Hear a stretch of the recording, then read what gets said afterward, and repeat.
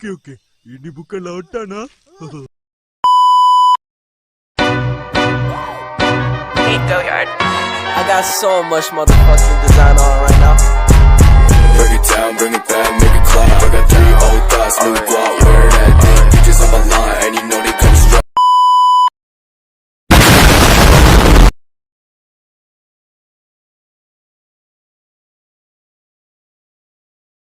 Dari data yang telah saya dapatkan, berikut rincian 10 penyebab masyarakat Indonesia terjerat pinjol ilegal. Yang pertama, banyaknya utang kepada orang lain. Yang kedua, latar belakang ekonomi menengah ke bawah. Yang ketiga, dana cair lebih cepat. Yang keempat, memenuhi kebutuhan gaya hidup yang lebih tinggi, seperti gengsian yang sangat tinggi. Yang kelima, kebutuhan mendesak. Yang keenam, perilaku konsumtif. Yang ketujuh, tekanan ekonomi. Yang 10, membeli gadget baru atau hal-hal yang baru seperti mobil maupun motor. Yang kesembilan, membayar biaya sekolah untuk anak-anak. Yang ke-10, literasi pinjaman online rendah.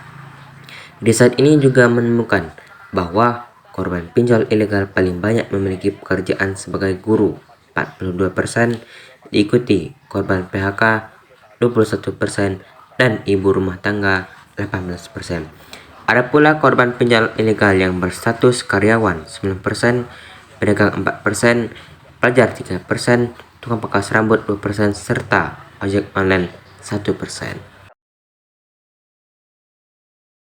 Dari data yang saya peroleh dari Google, saya mendapatkan 6 dampak negatif yang terjadi akibat dari pinjol.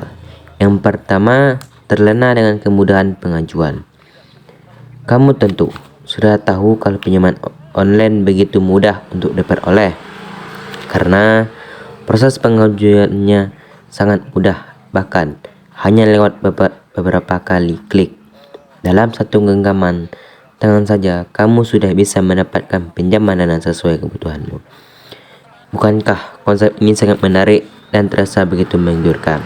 Tapi ingat, kemudahan ini justru akan membuat kamu terlena dan akhirnya tidak berpikir panjang.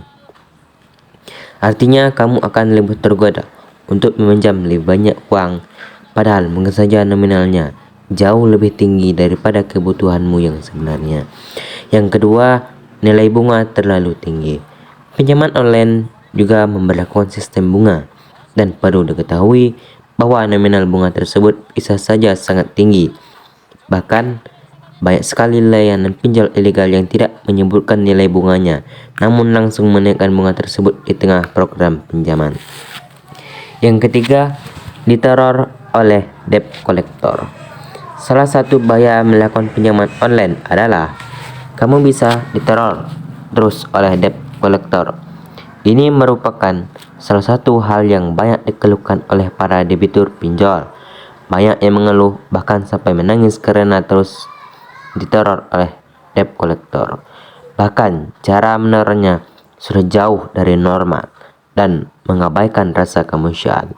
Tentunya hal ini akan membuat hidupmu jadi tidak nyaman dan akan selalu dihantui. Yang keempat, penyalahgunaan data pribadi.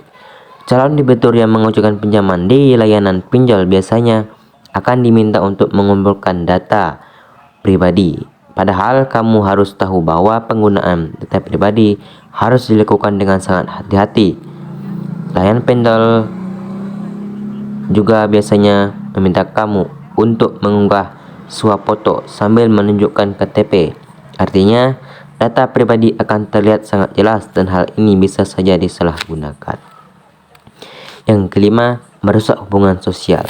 Salah satu bahaya pinjaman online yang akan kamu hadapi adalah rusaknya hubungan sosial dalam orang-orang di sekelilingmu. Kenapa bisa merusak hubungan sosial? Perlu diketahui bahwa ketika kamu mengajukan pinjaman online, kamu akan diminta untuk memberi data orang terdekat sebagai jaminan.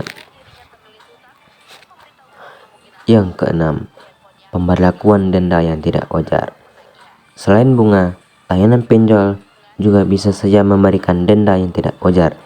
Ini terjadi karena memang pinjol tersebut tidak punya aturan yang jelas dan mengubah aturan denda atau bunga sesuka hati. Dari data yang saya peroleh, ada 6 cara untuk menghindari pinjaman online ilegal. Yang pertama, 1. Cek di website resmi OJK. Sebelum melakukan pinjaman online, sebaiknya Anda cek terlebih dahulu di website resmi OJK apakah perusahaan pinjol tersebut terdaftar sebagai vintage peer-to-peer lending atau tidak. Yang kedua, lihat transparansi bunganya. Anda harus membaca dan memperhatikan secara detail mengenai syarat, ketentuan, serta kebijakan penyedia pinjol. Yang ketiga, tidak tergiur ajakan-ajakan yang memaksa. Anda seharusnya lebih berhati-hati dengan iklan yang berupa ajakan memaksa. Biasanya pinjaman online ilegal ini menawarkan pinjaman melalui SMS atau dengan memasang iklan spam di halaman-halaman website.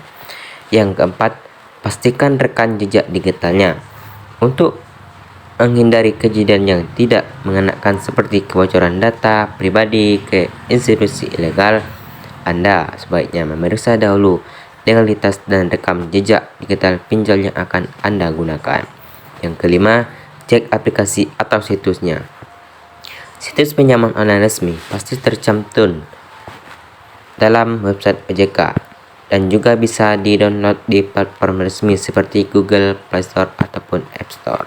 6. Gunakan identitas digital. Identitas digital adalah versi digital dari dokumen fisik dan menjadi kualifikasi untuk mengakses layanan online bagi seseorang.